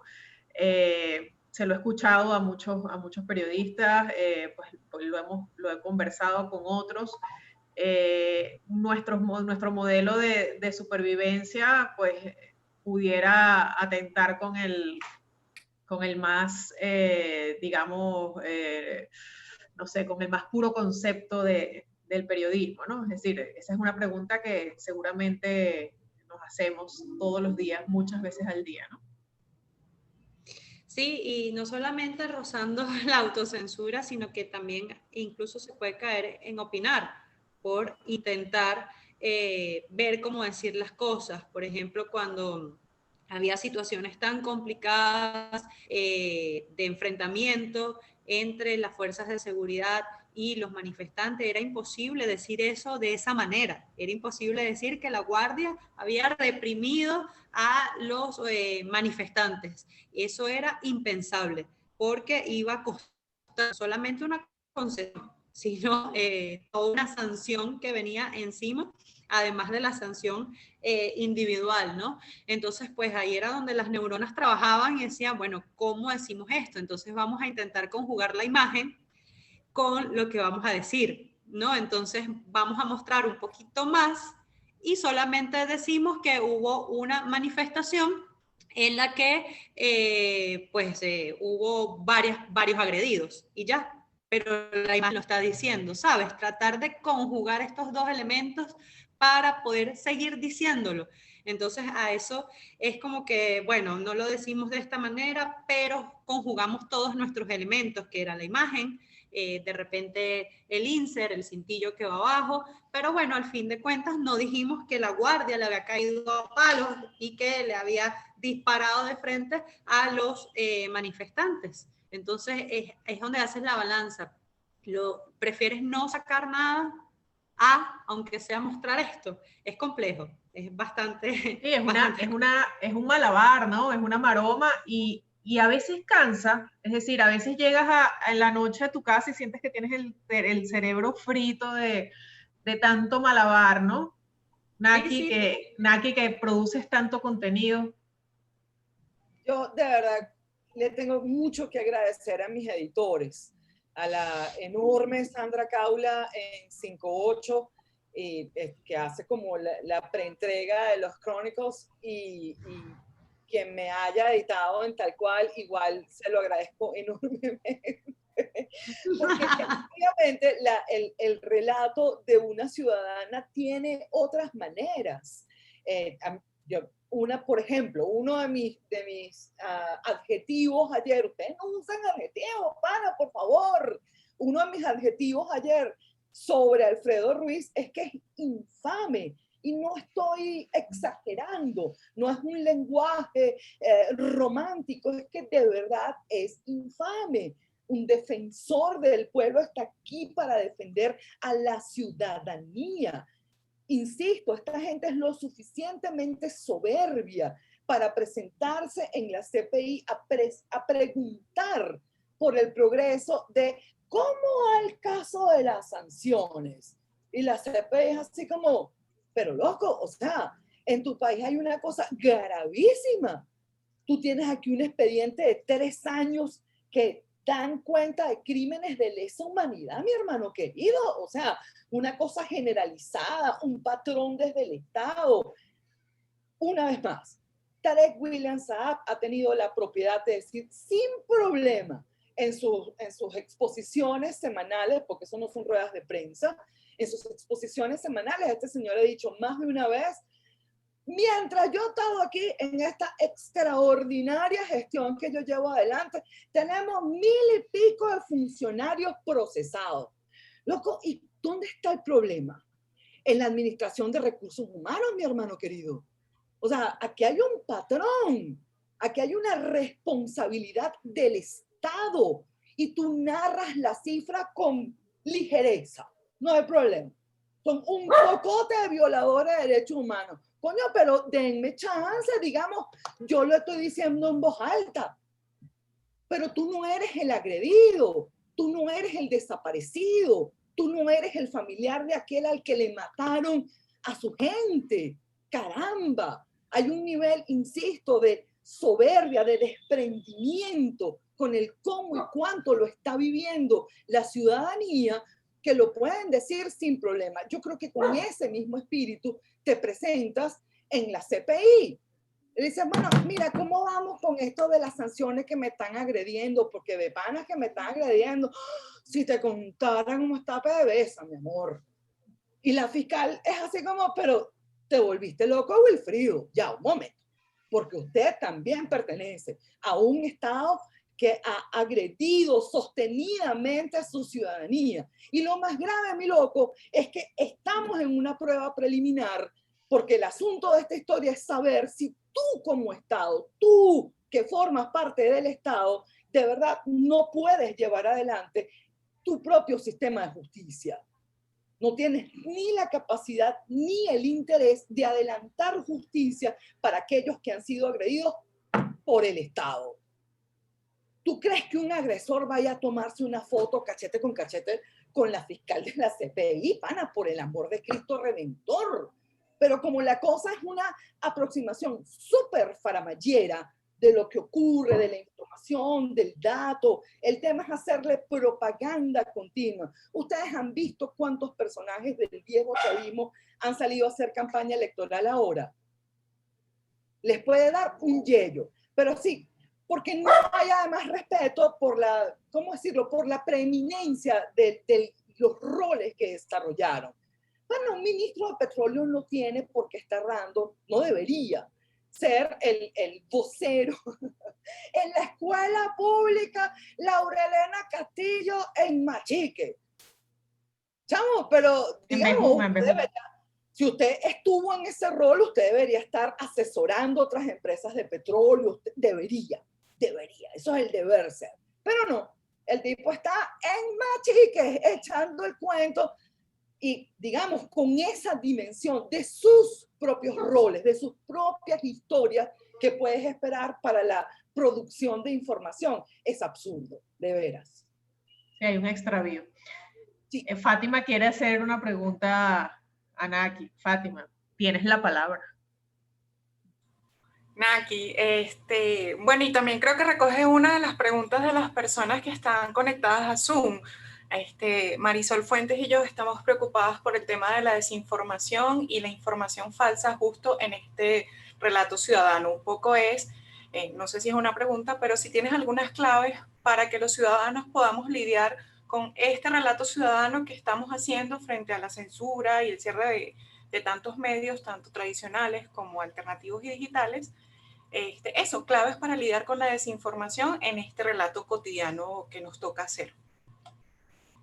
Mi dato fundamental, acérquense a los que saben. Lean, por favor, a Laura Elena, lean a Carolina González, lean a Ana. Acérquense a los que saben. No, las tres no saben de las mismas materias, pero saben de su materia. Y apliquen nada más un poco de inteligencia social. Laura Elena tendrá unas fuentes para citar otros temas, como los tendrá Ana, como los tendrá Carolina, como los tiene la propia gente de Espacio Público, valga para Fátima. Hay gente que sabe sobre temas y tú aprendes a descubrirlos en las redes. Y para mí es crucial el asunto de la inteligencia social. Cruzar los datos de Laura Elena con los de Ana, con los de Carolina, hasta que tu timeline tenga recursos de información, no necesariamente continuos. La vida no es tampoco para estar solamente informado, pero la información sirve para tomar mejores decisiones. Y en la medida que yo construyo una red que se parece a lo que yo necesito decidir, lo hago mejor. Si es que tengo que desplazarme por mi ciudad, ¿quién habla de tránsito? ¿Quién habla de, bueno, quién habla de gasolina? Los temas que te importen, que necesites. Para esta mañana, ustedes no se imaginan cuántas veces tuve que leer el tweet del padre José Palmar. El tipo está diciendo, la obra Inferno de Dan Brown es verdad. Si ustedes la vieron actuada por Tom Hanks, pero resulta que es ahora cuando está ocurriendo. Y en la manera de reaccionar mi timeline a esta historia, pedazo loco, tómate la pastilla, ve a ver qué haces con tu vida, una y otra y otra. Estaba ocurriendo lo de Biden y esta gente todavía estaba fajada con el padre José Palmar. ¿Qué hago? Me voy a mi grupo de periodistas, que lo tengo, yo lo armé en Twitter, tengo un grupo de periodistas, lo fui a buscar, a ver qué dicen estas personas sobre este tema en particular. Traten de cruzar. Afíliense a los que saben y traten de cruzar de esos que saben cuáles les sirven a ustedes. Gracias, Naki.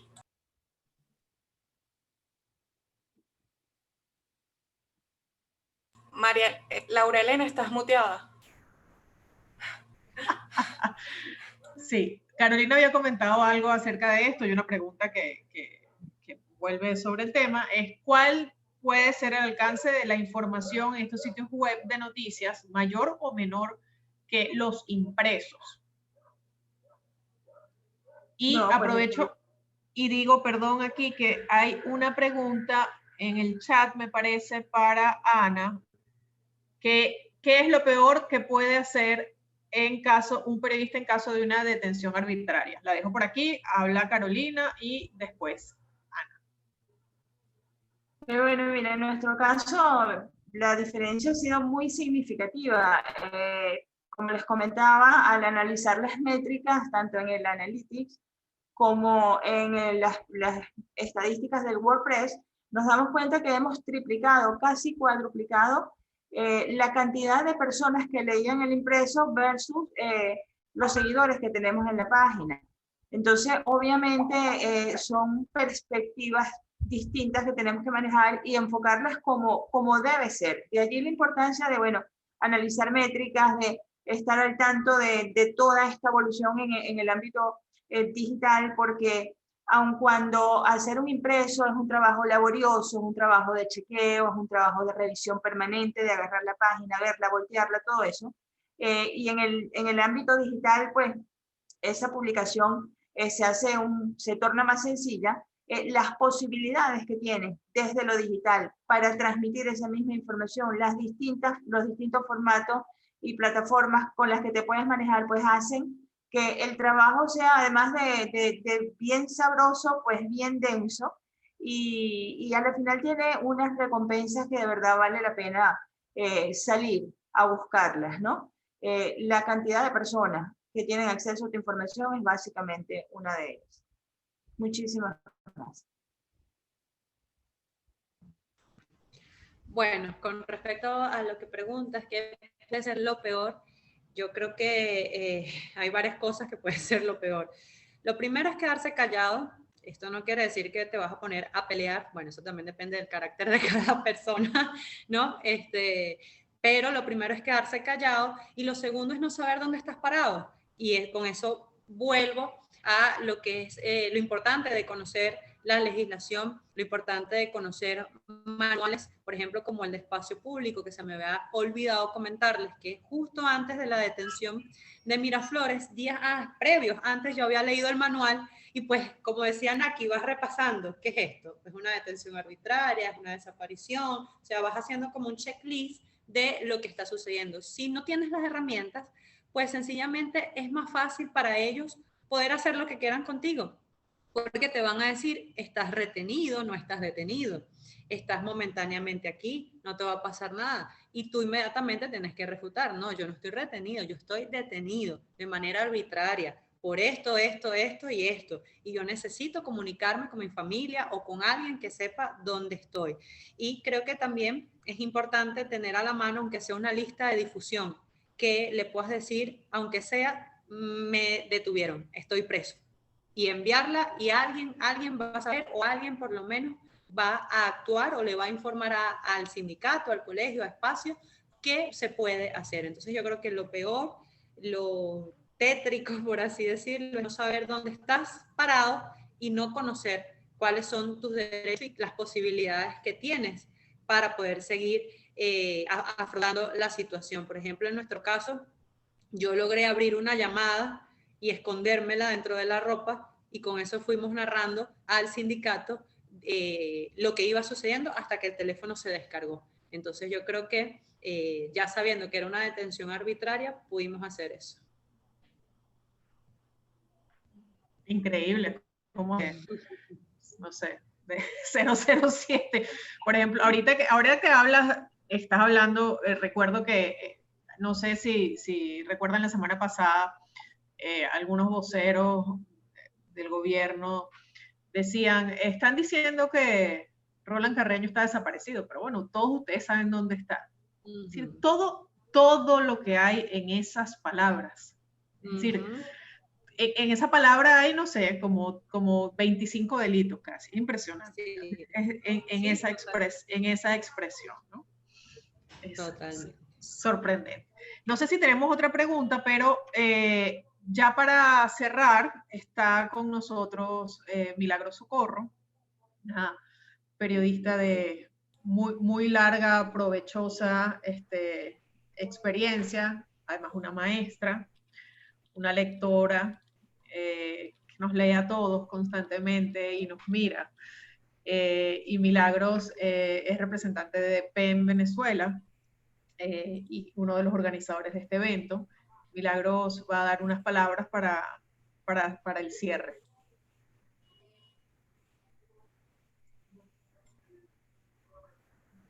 Vemos tu pantalla, estás muteada, Milagros. Ok. Listo. Ya puedo, es que mientras me hacían panel se quedó en silencio. Bueno, mira, yo de verdad estoy tan impactada oyéndolas a ustedes y mira que tengo una vida como periodista, una vida en foros, una vida en universidades y de verdad tengo que decir, necesito que comunicar la emoción y la satisfacción enorme de escuchar el compromiso, la claridad. Bueno, ya eso lo han visto quienes nos han acompañado en el foro y quienes espero que esto lo vamos a colgar y lo vamos a poner en nuestras redes para que sea visto, ¿verdad? Por una audiencia ampliada. Miren, a ver, quisiera resumir, puesto que no importa la proliferación, cantidad y diversidad de las plataformas periodísticas y de las modalidades, el periodismo desde el ciego Homero, que no es que era exactamente periodista, pero en fin, era alguien que daba cuenta de una realidad y cómo la veía hasta hoy, se resume en una frase que la tenemos nosotros grabada en piedra en el frontispicio del oficio, que es: dime algo que yo no sepa. Entonces se transformarán las metodologías, vamos, las plataformas. Yo siempre pienso que Internet se creó por mi deseo y cada vez que quisiera que algo ocurriera un poquito después lo veo y ahora mi deseo es que yo haga así, un gesto en la mano y que de aquí salga una inmensa pantalla y que yo vea noticias, vea películas, vea desfiles de moda porque también me gusta y también lo sigo y me parece muy interesante. Todo eso cambiará. Y sin embargo, nuestra idea rectora será esta: dime algo que yo no sepa. Y la segunda, que es, dime algo que yo no sepa y por favor, dímelo elegantico, dímelo que yo lo entienda, dímelo que me retenga, que yo a la segunda línea no diga esta otra fórmula tan perniciosa y que uno tantas veces piensa que es, esto no es para mí, como la revista Mecánica Popular, ¿verdad? Yo no paso de la portada porque siempre digo, esto no es para mí. Bueno, entonces, pero cada vez con más frecuencia leo notas que digo, esto no es para mí. Ahora, lo que quiero poner de manifiesto, lo que iba pensando mientras asistía a este impresionante encuentro. Lo primero es el hecho de las mujeres periodistas opinando y tratando de movilizar al gremio. No porque no haya habido mujeres periodistas en Venezuela, al contrario, siempre ha habido mujeres periodistas en Venezuela, incluso cuando, por ejemplo, creaban periódicos y las primeras reporteras no encontraban a qué baño ir, porque no había baños para mujeres en las redacciones de los periódicos. Ah, pero sí había mujeres. No había baños para mujeres, pero sí había mujeres reporteras. Hubo incluso en los albores del siglo XX mujeres reporteras emprendedoras, como Concepción Acevedo de Tallardad, que era una mujer que allá en Upata, en el estado Bolívar, creaba sus propias revistas como empresas. Sin embargo, esto de mujeres directivas y mujeres que estén haciendo lo que ustedes están haciendo, lo que nosotras estamos haciendo, esto es una importante novedad, como es una increíble novedad que una periodista de la juventud de Ana hable con esa claridad y repita el mensaje de finalmente lo que estamos haciendo no es solamente defender nuestro oficio, por supuesto, y es una profesión y con esto nos ganamos la vida, sino que estamos defendiendo la democracia de Venezuela. Miren, tengo añales en esto, la vida. Yo no me acuerdo cómo era yo cuando no era periodista. Yo creo que yo dejé, no sé, de gatear y ya me hice periodista. Y en todo este tiempo y en mi vida ya prolongada, es rarísimo que alguien sin complejos hable de que nosotros estamos defendiendo un oficio, estamos defendiendo la libertad de empresa para que entonces haya buenos salarios, estamos defendiendo libertad de expresión y su correlato, que es el derecho de las audiencias a estar informadas, pero sobre todo estamos defendiendo la democracia de Venezuela, porque hemos comprendido en carne propia que sin democracia no hay servicios públicos. Sin democracia no hay ni siquiera un autobús que te lleve a ese trabajo que exiges tener libertad de ejercer. Y lo otro es, y que también me parece importantísimo, es otra gran novedad, que es la primera persona del singular. Miren, por muchísimo tiempo la primera persona era el coco, es decir, el yo, la sensibilidad, la perspectiva individual. Eso era coco o caca, ¿qué quiero decir? Dios mío. En fin, anatema. Es que cuando me salgo de mi tono, ya tú sabes de qué, ya yo misma no me sé expresar. Era anatema, no se podía hablar de yo pienso, yo siento, yo quiero, yo postulo. Y yo hablo de esta manera. Yo hablo además con este acento. Entonces yo las oigo y digo, oye, de verdad no hemos arado en el mar. Parece que estuviéramos en la carraplana, parece que estuviéramos en bancarrota, y parece porque efectivamente lo estamos. Pero a la vez a la vez lo que hemos sembrado y lo que vamos a cosechar, y lo que yo veo es, primero, un foro de mujeres, mujeres periodistas, mujeres que están pegadas de la realidad de Venezuela. Después, mujeres, algunas de ellas emprendedoras, que eso es otra cosa importantísima. Y después, hablando desde la sensibilidad y desde la subjetividad. Eso me parece importantísimo, importantísimo, porque la solidaridad se ejerce eso, desde un compromiso, desde ese compromiso con el yo que ponemos en la mirada que tenemos para ver qué es noticia y qué no es, y para elegir un tono y un género desde donde contar la realidad como la estamos viendo. Bueno, yo les agradezco mucho en nombre del Centro PEN Venezuela. Ustedes saben que estamos en una especie de relanzamiento, bueno, los constantes relanzamientos de Venezuela, uno de ellos es el Centro PEN. Estoy muy agradecida que Laurelena, representando al Centro PEN Venezuela, haya moderado esta actividad. Y bueno, que recuerden que ahí estamos de manera tímida, de manera balbuceante, pero que está el Centro PEN también para hacerse eco y como caja de resonancia de todo lo que ustedes están planteando. Ana, considérame aliada para lo que pueda servir, pero en fin, considérame aliada, ya vamos a hablar para ver cómo arrimamos el hombro. Y bueno, seguimos y efectivamente de lo que estamos hablando y de lo que estamos hablando siempre, incluso de lo que hablamos cuando callamos y sobre todo cuando nos hacen callar, es de nuestro compromiso con la libertad y la libertad de expresión y la democracia de Venezuela, fuera de la cual no hay nada. Mil gracias, hermanas queridas, pero mil gracias y muchas felicitaciones. Gracias, Milagros. Gracias a ti, Milagro. Bueno, nos vamos inspiradas. Gracias, Ana, gracias, Naki, gracias a Carolina, a Fátima por la organización de esto, a Espacio Público, al Centro PEN. Gracias a todos los que se conectaron. Y bueno, seguiremos alzando la voz cada una desde su lugar. Nos seguimos viendo, nos vemos en el periodismo, que es nuestro lugar de encuentro.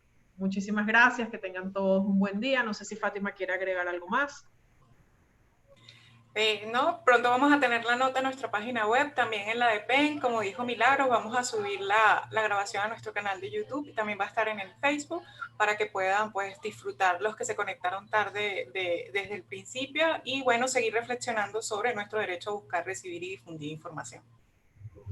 Gracias a todas. Gracias por la invitación. Un abrazo. Gracias a todos, Espacio Público, siempre pendiente de todo lo que tiene que ver con nuestro trabajo. Gracias. A ustedes. Chao. Buen día, chao. Igual.